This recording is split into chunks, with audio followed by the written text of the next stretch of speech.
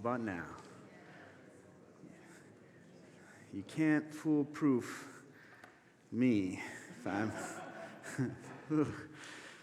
Poor guy. Welcome, everybody.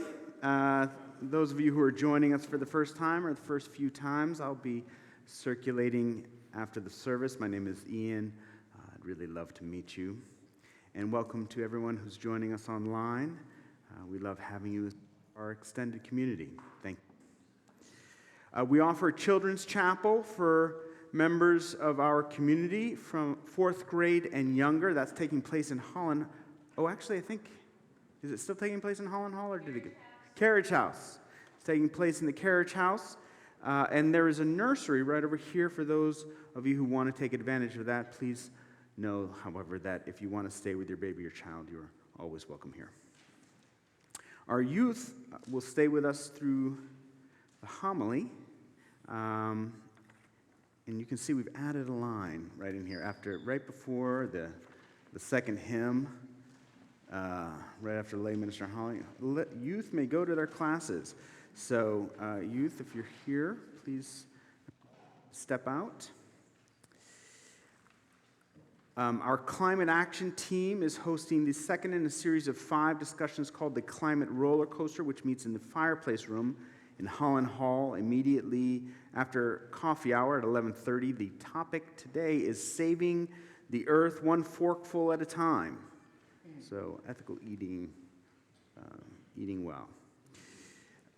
Next Saturday, October 14th, we'll be having games night in Holland Hall starting at 5 p.m. Families, singles, friends of all ages are welcome. So you can just check out your newsletter for more details. And a week from today, we're having our monthly meet and greet for new visitors. Join us for a light lunch. You can just swing by the membership table to find out more information. Sadly, some of you may have heard this already, but Rolf Peterson, husband of Sandy Peterson, recently passed. Yeah.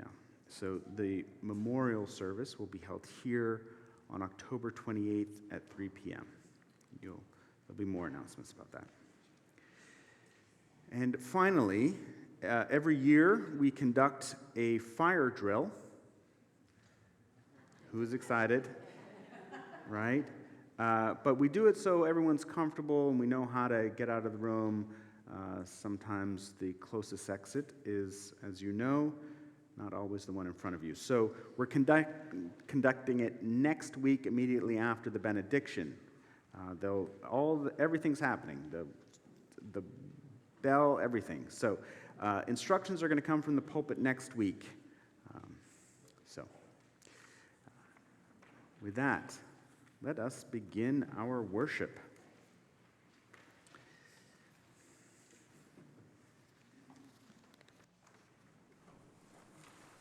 It's okay.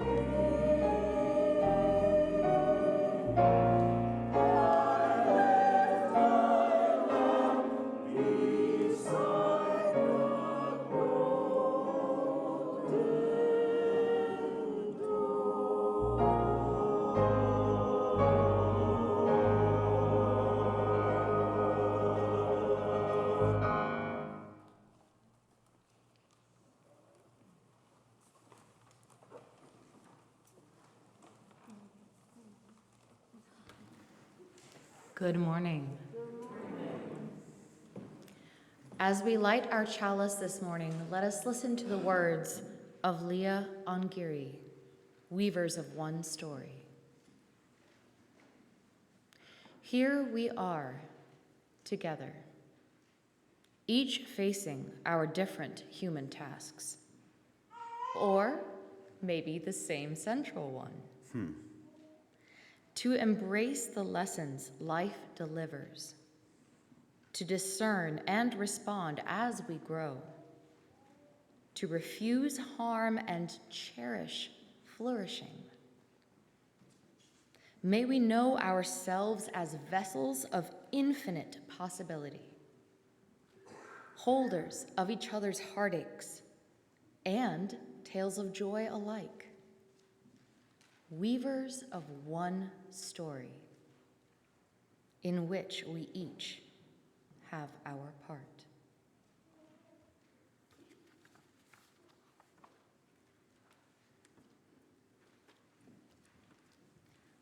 Please rise as you are willing and able for our opening hymn, number 134, found in your gray hymnal.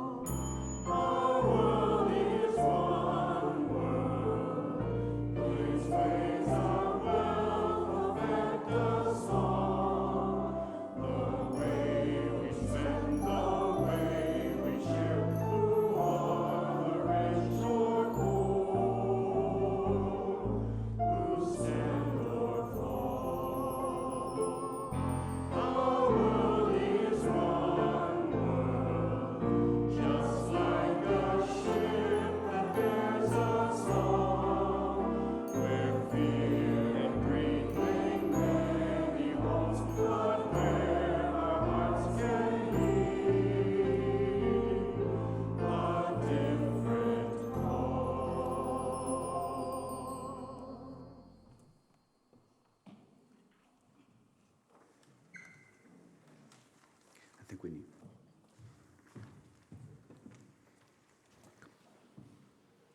Please remain standing as we recite our covenant, and thank you, Phyllis. Love is the teaching of this church. The quest of truth is its daily task, and service is its prayer. To dwell together in peace, to seek knowledge in freedom, to serve life in community, to the end that all souls shall grow in harmony. This is our covenant with each and with all.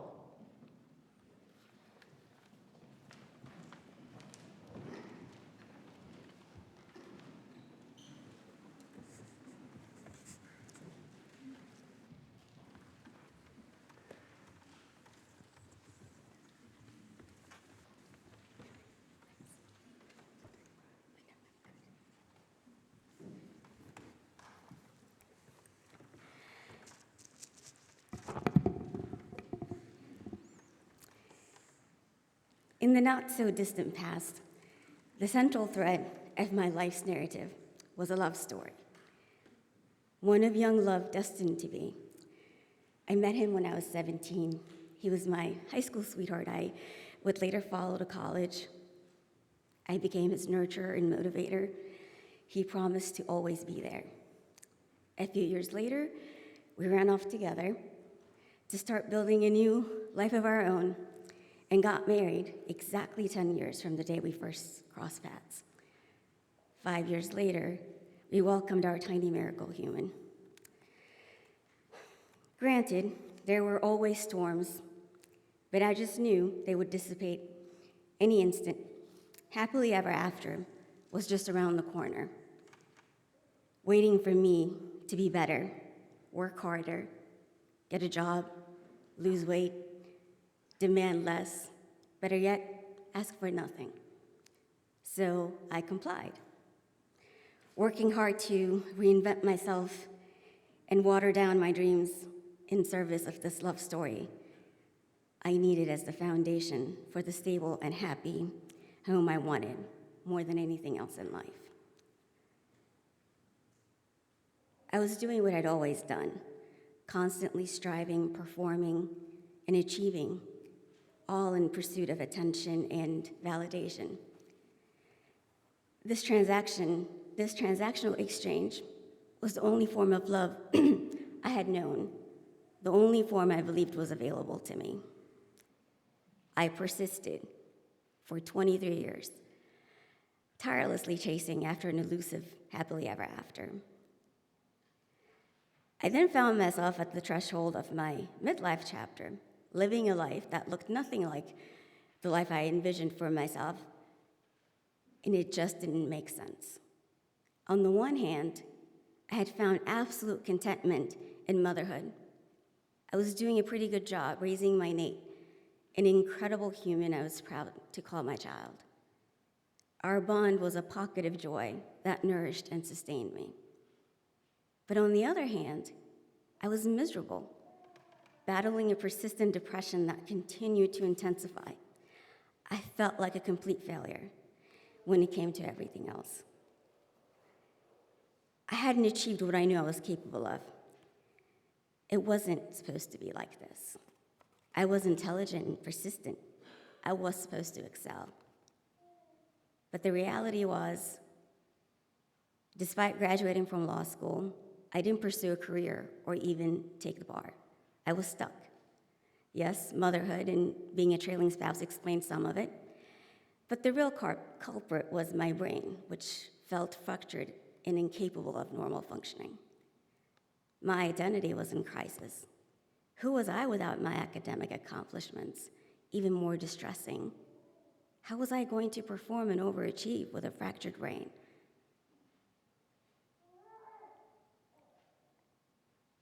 I was depleted of my entire life force and felt weighed down by the guilt of unmet expectations. I was self-medicating to cope with the demands of daily life and sinking further into shame. It was a torturous existential crisis, a crisis, the extent and severity of which I still have difficulty acknowledging. What was going to happen when I had nothing left to give? The answer to this question was the monstrous elephant in the room I walked on eggshells around, while also pretending it didn't exist. That avoidance was the real central thread of my life's narrative. I wasn't living a love story. I was living a fear story. I was terrified of being abandoned by the people who were supposed to love me if I could no longer earn their love, and what that abandonment would prove. I was afraid it would prove I was the bad, selfish, deeply flawed person I was told I was. But there came a day when I could no longer deny acknowledging the monster's existence. It was the day I realized my love story was mostly a figment of my imagination. A story I will tell another day. On that day, I found myself taking refuge in an actual pit, a drainage pit outside my building in the middle of the night. Though I didn't know it at the time, that pit was the portal to an extraordinary rescue that I fully believe could only have been orchestrated by a divine force. This force held my hand gently and guided me to tiny little miracles that aligned in just the right order to restore the deeply felt knowing I once had, but the loving presence in my heart I knew as God. First came an awakening to my true reality, and an awareness of the cage I had been confined to throughout my existence, and especially during my marriage. An invisible, to me, version of the traditional cages I was well acquainted with and the very ones I actively protested. Then came the courage to declare my freedom. I walked away from my marriage, but had to battle for my freedom. And guess what? My worst fears came true. During the battle of my life, where I even had to defend my worth as a mother, I was abandoned by those I deserved support from. It happened. But I survived because the tiny miracles continued. And then came my true freedom. I got to intimately know myself. My own heart was the place where I found refuge. It was the only place I can truly know when everything else outside became unreliable. When I looked within, without the distractions I had been surrounded by, all I found was the goodness I was born with, the love that easily and freely flows within me, and the bravery that is enabling me to slay giant monsters.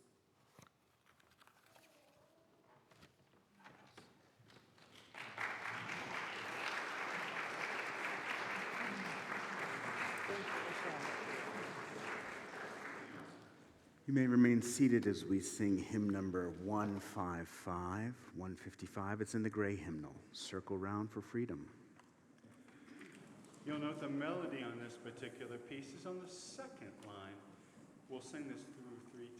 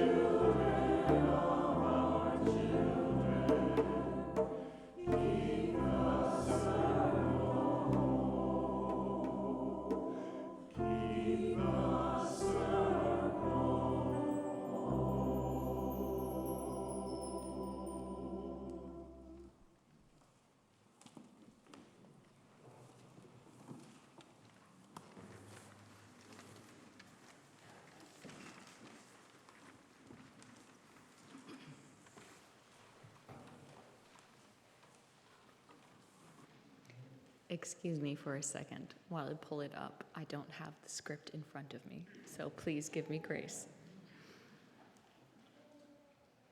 All right. We come now to the morning offering. At this time, MVUC asks each of us to show our spiritual and material generosity. This month's offering is being shared with the Frog Pond Early Learning Center. The Frog Pond Early Learning Center was started from former MVUC member Pam Tinker in 1998. Frog Pond Early Learning Center is a year-round, full-day, nature-based preschool serving children 18 months to 5 years old. Located on 2 acres of land adjacent to Huntley Meadows Park, Frog Pond children help to care for a mini farm that is home to goats, chickens, and other creatures. The kids are immersed in natural settings and make up a diverse school family committed to nurturing our natural world, social and emotional wellness, and inclusion of children with varied needs. I invite you to contribute whatever you are most comfortable with to the Frog Pond Early Learning Center and to this church. And on a personal note, Pam Tinker is a wonderful human being. Frog Pond is a wonderful institution for which I can personally vouch. May it be.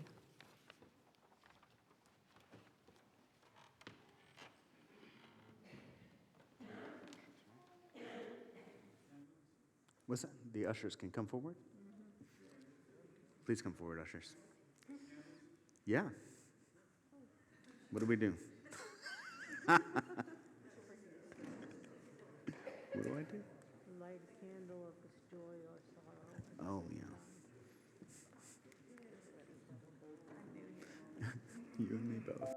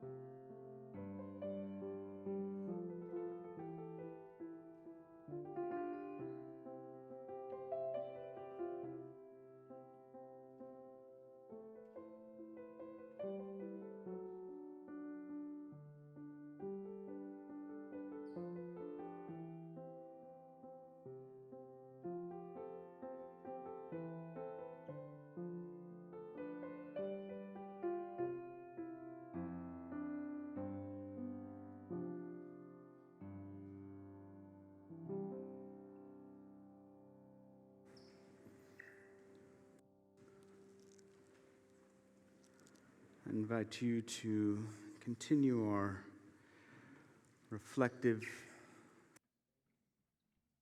and join me in a moment of meditation and prayer. Just allow yourself to settle,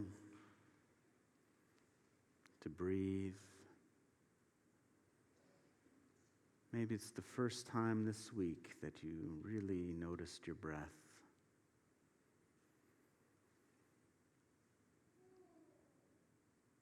Maybe offer some gratitude for this breath.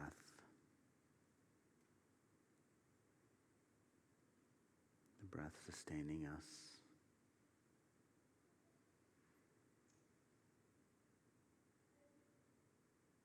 Just allow yourself to sink and settle as we enter into the silence.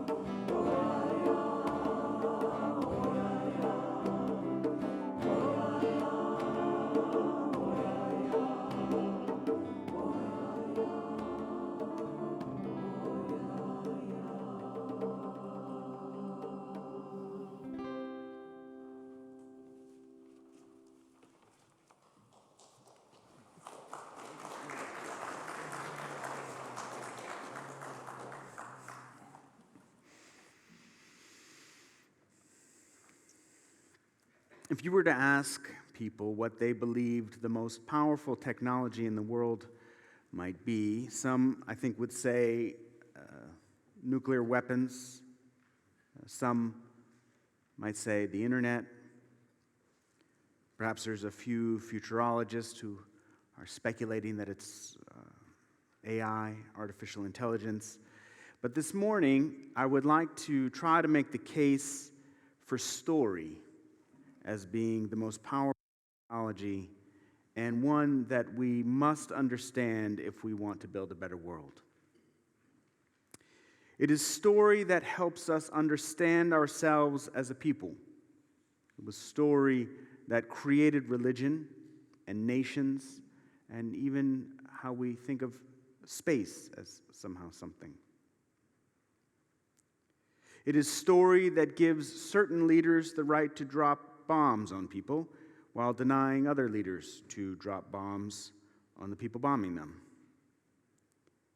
AI will be built on the story that we feed it. So we better feed it good stories. We're going to reap a whirlwind. According to a recent piece in the Washington Post, Amazon's Alexa has been claiming that the 2020 election was stolen because it's digesting stories circulating on the internet. I believe that story is everything, which might be a little self-serving, since really I'm just a glorified storyteller. But I believe that story is everything. It is the glue to our existence and perhaps even the pill leading to our demise.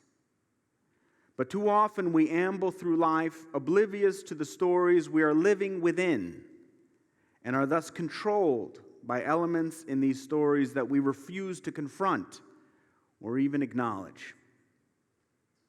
Why is our nation at odds when so many of us share the same problems? Why do people vote against their own material interests? Why are people angry about issues that don't affect their lives and are not angry about ones that do? It all depends on the story they are listening to. And this is true for all of us. Every human likes to believe that they arrived at the opinions and the positions that they hold rationally, consciously, intentionally, but more often than not, we arrived at the place we did because we agreed or disagreed with some story. And this doesn't mean that I believe that all stories are equal. A couple weeks ago, we talked about the path of life and the path of death, and some of these stories help us choose into greater life, while others send us deeper down the path of nihilism, towards the path of death. So it's important to understand the story we are living within, because you, me, we are living within some story. Many stories even. But let's take this weekend, for example. Tomorrow, many people in this nation will have a day off from work. It's one of the 4 federal holidays named for a human being. The other holidays are Washington's birthday, sometimes erroneously observed as President's Day, and Martin Luther King Jr.'s birthday, and Christmas Day, Jesus' birthday. The other remaining 7 holidays, and there are 11 total, observe pivotal moments or movements in our history. Independence Day, Thanksgiving, Memorial Day, and most recently, Juneteenth, for example. Holidays are used to tell our story. They remind us of what's important to the narrative as a nation. So just like the family stories we repeat over and over again to tell the future generations where we came from, I think of our holidays like stars in the sky between which lines are drawn and constellations. The word holiday comes to us from the Old English, I'm going to get it wrong, holidag. I don't speak Old English, which means holy day. holiday comes from holy day.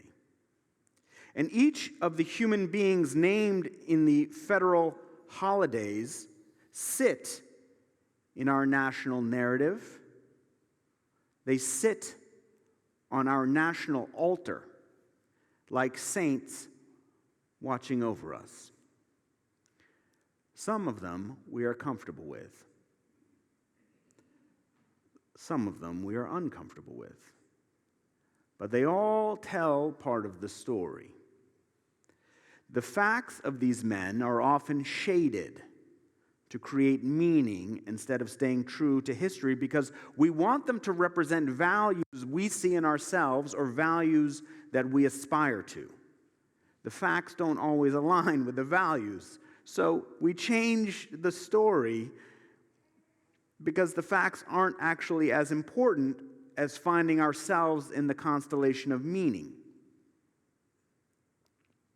Christmas Day, Jesus' birthday, orients the nation within a Christian paradigm.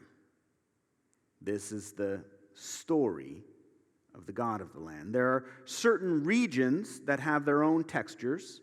In New York, for example, they have added to their narrative by giving school children days off for the Jewish high holy days. But these additional narratives are regional, right? With perhaps considerable influence, but they're not powerful enough to put those gods on the national altar. Not yet, anyway. Dr. King sits there as a redemptive saint, trying to save the soul of the nation from crimes committed during its founding and growth. His pastoral message, his prophetic message, his martyrdom mimic the story of the central God on the altar, but still, there are those who refuse to recognize his place among the saints.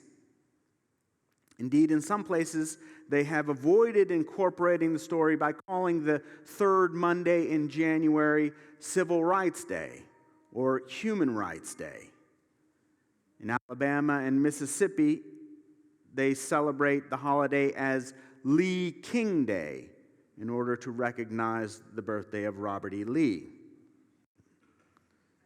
I have a line here telling you who he is, but I think you know. Anyways, military commander of the Confederate forces, just in case. Incidentally, they got this idea from the state of Virginia. Yeah, I didn't know this. Which first began celebrating Lee Day in 1889, which was then changed to Lee Jackson Day because they wanted to add a general, Stonewall Jackson. Go Virginia. Virginia then changed to Lee Jackson King Day in 1985, which is not only a mouthful, it's just an absurdity on the highest level. It was only in the year 2000 that Virginia saw fit to split the men apart. MLK Day is recognized on the third Monday in January, and Lee Jackson Day was on the preceding Friday. And it was only in 2020 that Virginia finally got rid of the day on Monday. Yeah, that's my story. That's what I call him. Lee King Day, however, still exists in Alabama and Mississippi. Again, regional tribalism. Nationally, we recognize Reverend Dr. Martin Luther King among the saints.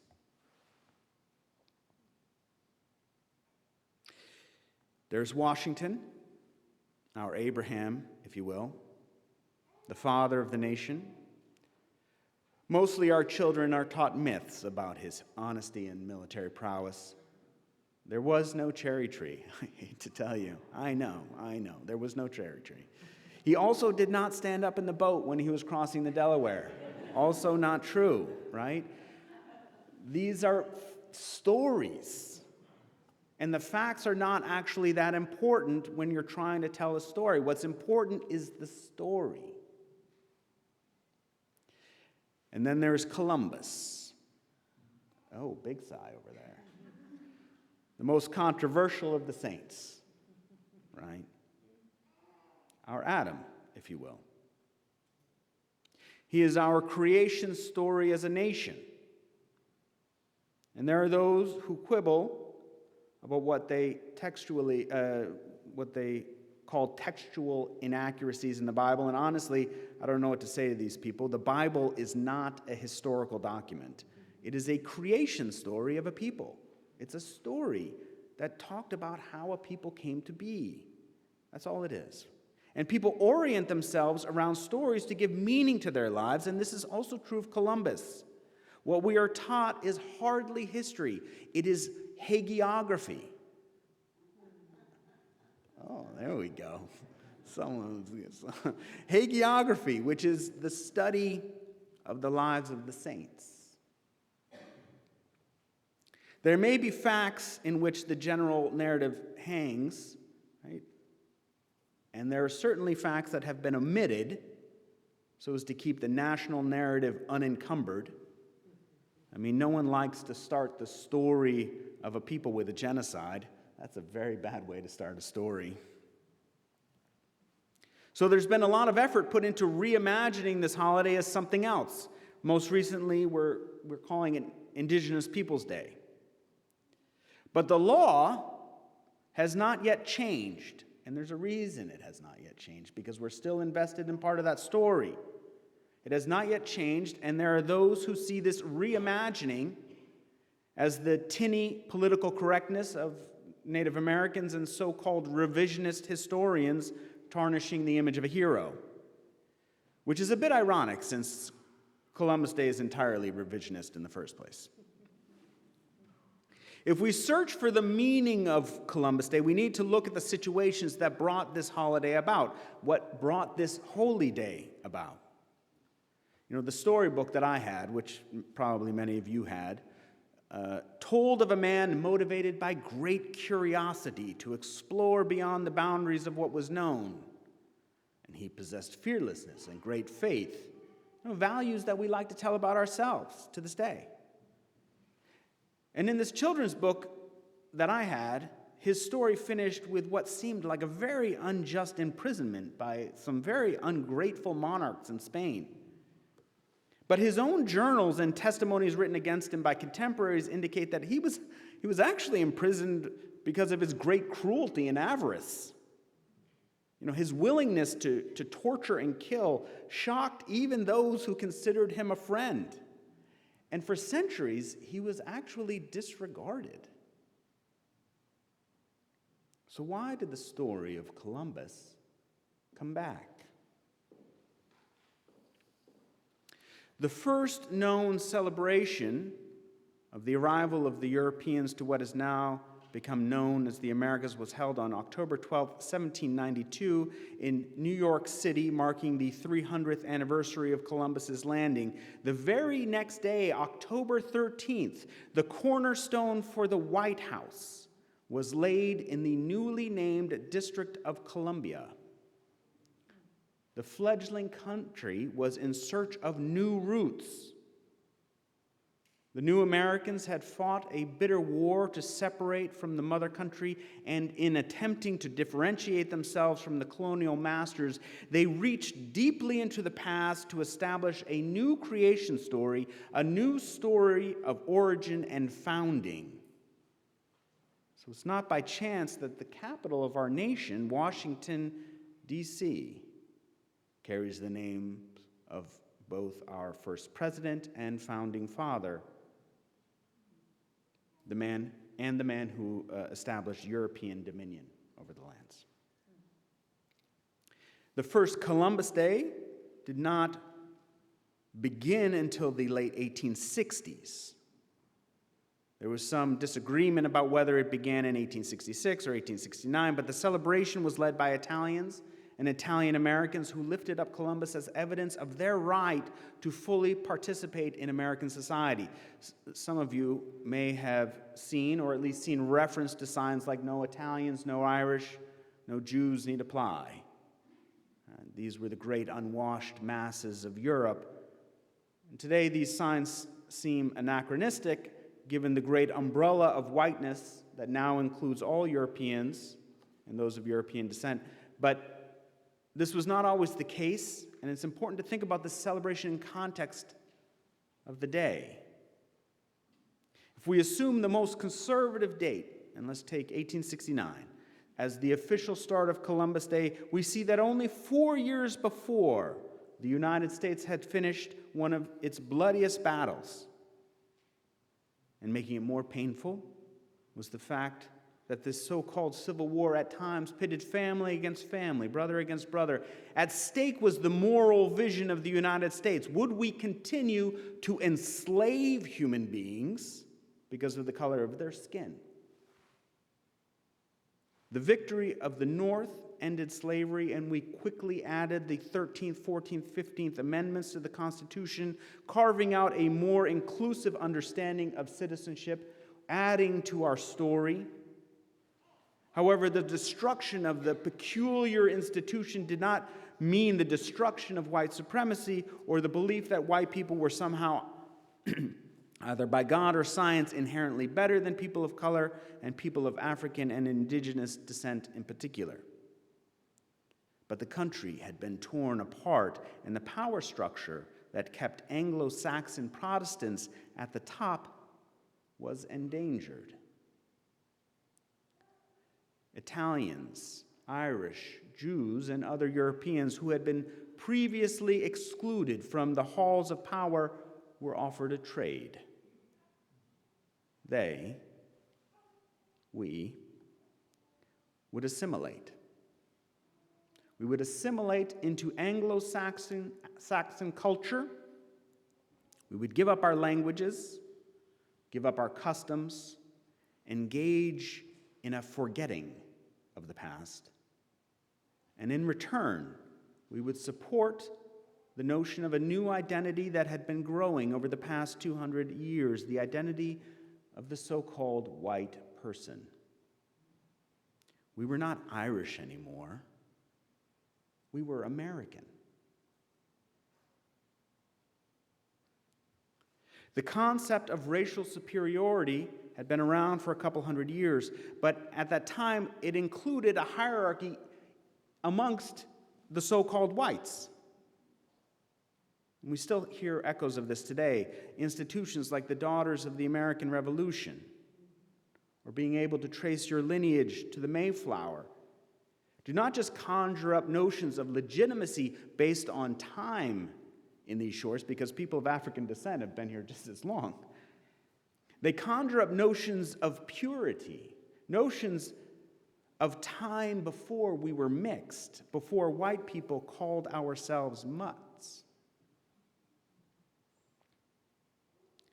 What was created in the wake of the Civil War in an effort to rejoin a nation torn in half was a new identity, a broader understanding of the so-called white people, and Columbus Day was the suture used to close the wound.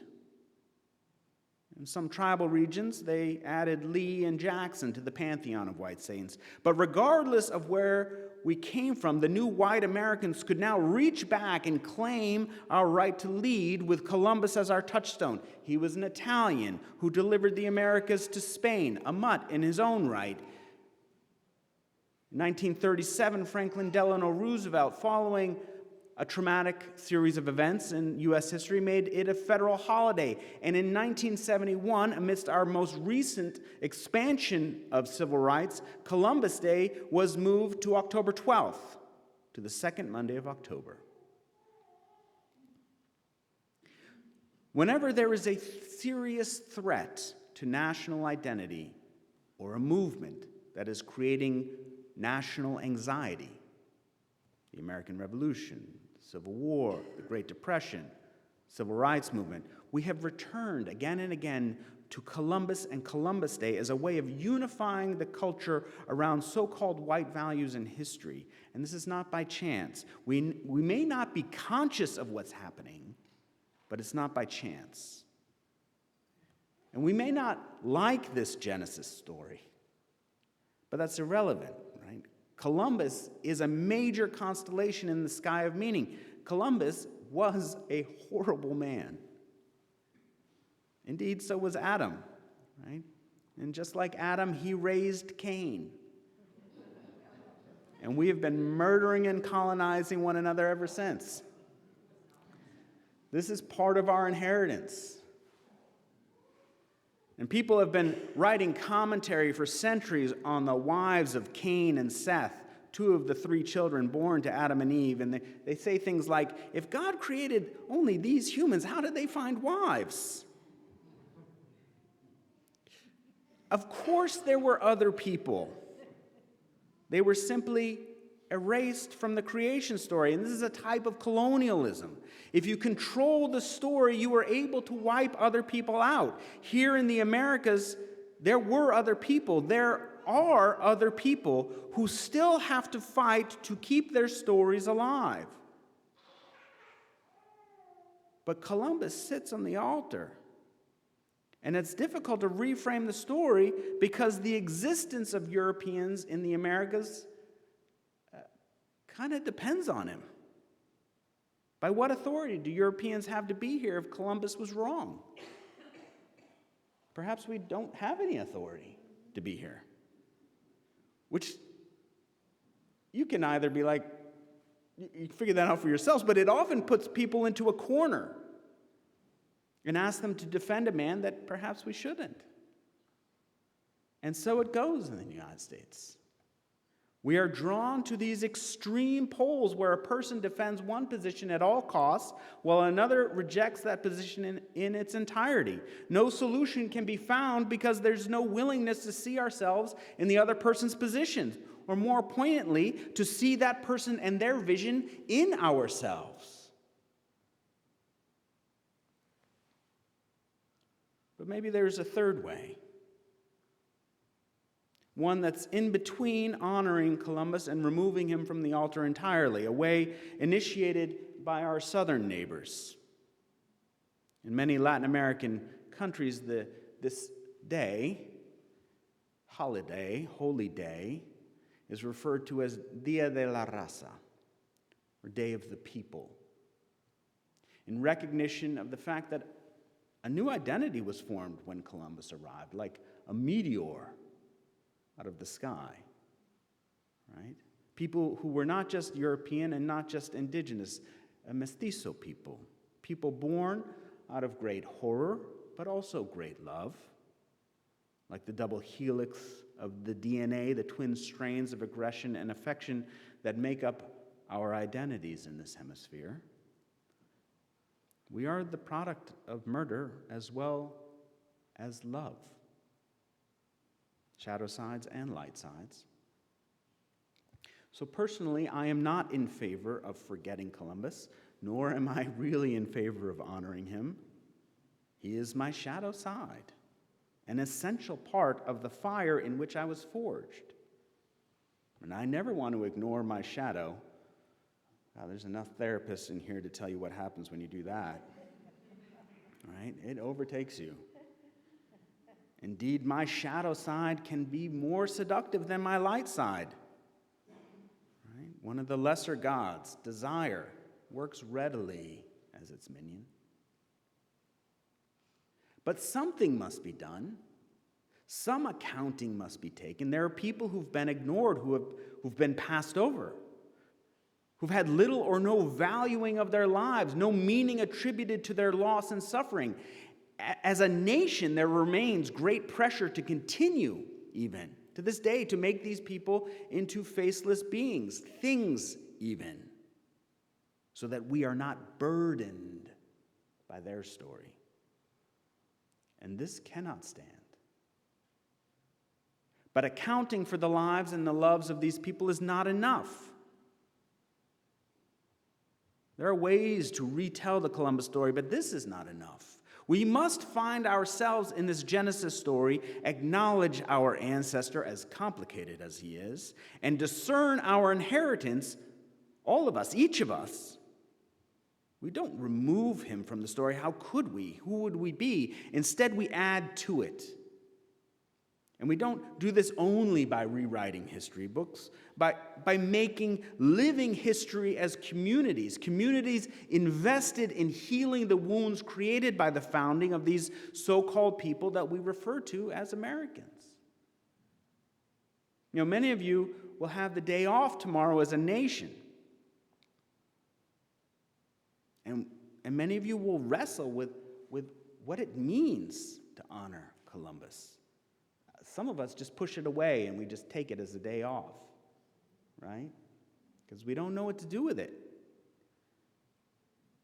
But don't turn away as if he doesn't matter. Indeed, he matters immensely, just as Adam matters to the biblical narrative. We must not be canonical, though. There are other people present in the biblical stories who've been erased, and there's nothing we can do about that, but we can ensure that that doesn't happen to our national story, to our creation story. We must assume responsibility for this Columbus story. If we abandon it, and I mean that in particular for us, we must assume responsibility for that Columbus story, because if we abandon it, other people will use it in ways that do not serve us and do not serve humanity. Be it as it may, there was a new people that was formed in this nation and on this continent. But the allurement and the promise of purity and supremacy has kept this nation chained to the worship of trauma. If we are to move as a moral community, if we say we stand for justice, if we stand for equality, there can be no greater question in our mind than how do we abolish the cult of whiteness and the allurement of purity? The killing that Columbus brought to the shores has not stopped, and it will not stop until those of us who are called white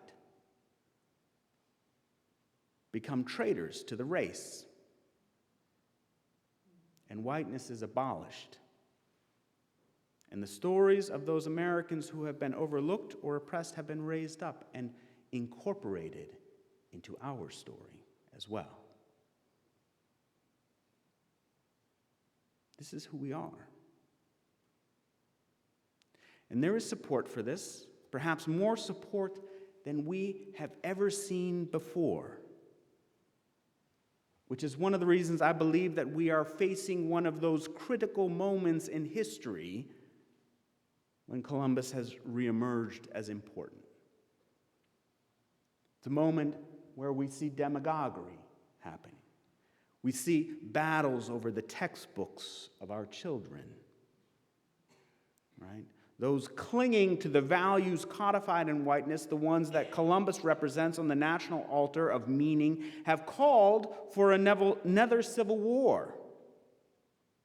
This is not a battle over taxes or regulation or the environment or states' rights.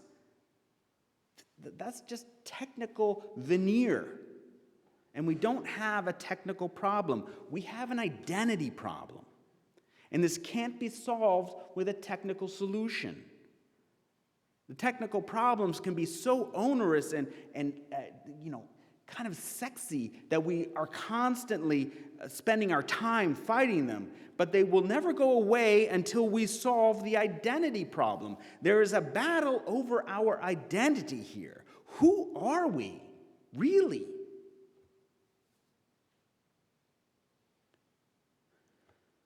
So this weekend, I recognize the Day of the People, a people forged in great trauma and great love. We all have our work to do if we want to be free. But it doesn't all look the same, right? People who look like me, who carry the whiteness, must take purity off the altar and replace it with emancipation. Our own emancipation from the chain we put on ourselves. And this won't be easy. But whiteness is destroying us all. So I pray this weekend that you will choose the death of whiteness, and in doing so, choose life for yourself and for the rest of our family. in this nation that I love. Amen.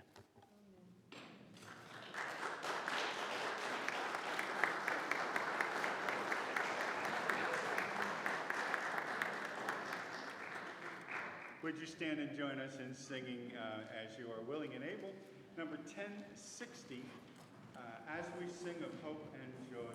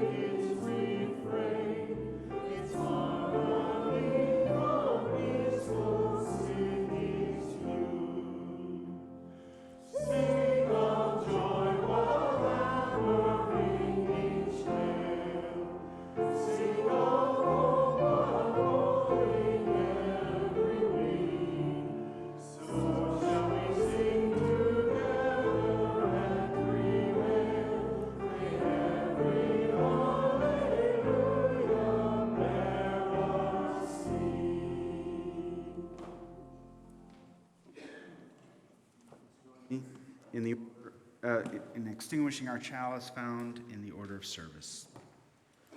We extinguish this flame, but not the light of truth, the warmth of community, or the fire of commitment.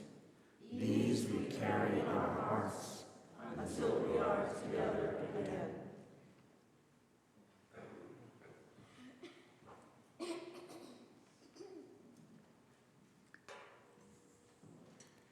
Source of life, God, my darling. Inspire us as we walk out of this room to bear witness to the story of every person we encounter, every being we encounter,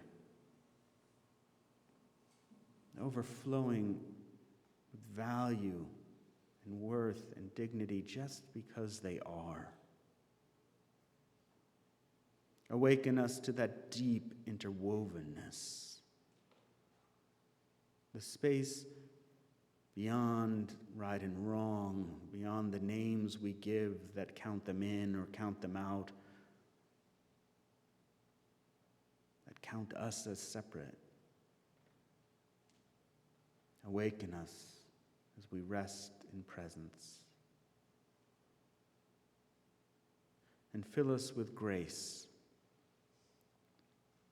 so we might find the courage to meet the work of responsibility and healing and emancipation that we are called to do as healers in this world. Amen.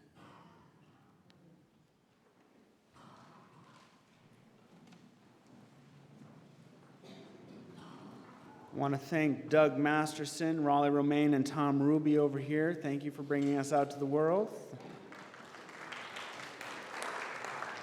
Nardos Desta, who is our lay minister today. Sally Henrahan, our worship associate. Ria Yang, our very new and so talented. Thank you. Erica and Georgia Porchot, thank you again for joining us. Mark, thank you, and this transcendent choir. You were beautiful. Amen. The service is ended. Join us for coffee.